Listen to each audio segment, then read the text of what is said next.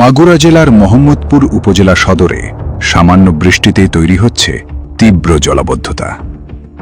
Drainage ব্যবস্থার চরম সংকট এবং স্থানীয় খালগুলো ভরাট হয়ে যাওয়ার কারণে একটু বৃষ্টি হলেই প্রধান সড়ক থেকে শুরু করে আবাসিক এলাকাগুলো পানিতে তলিয়ে যাচ্ছে।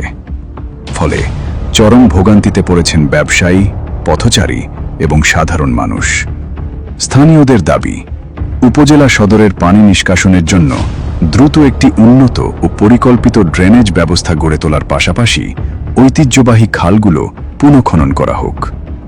সরেজমিনে দেখা গেছে, সামান্য বৃষ্টির পানিতেই মোহাম্মদপুর উপজেলা সদরের গুরুত্বপূর্ণ সড়কগুলো এখন পানি মিচে।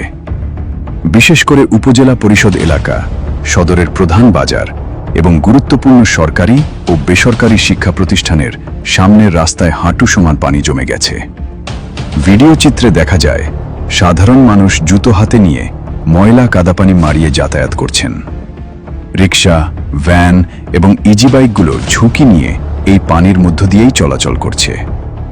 অনেক সময় নোংরা পানির কারণে পথচারীদের চরম বিড়ম্বনায় পড়তে হচ্ছে, ছড়াচ্ছেন নানা ধরনের রোগ জীবাণু। মোহাম্মদপুরকে একটি আধুনিক ও বাসযোগ্য উপজেলা হিসেবে গড়ে তুলতে হলে এখন সময়ের দাবি। বর্তমানে 3টি পরিকল্পনা বাস্তবায়নই হতে পারে সমাধান। 1. মাস্টার প্ল্যানের আওতায় উন্নত ড্রেনেজ।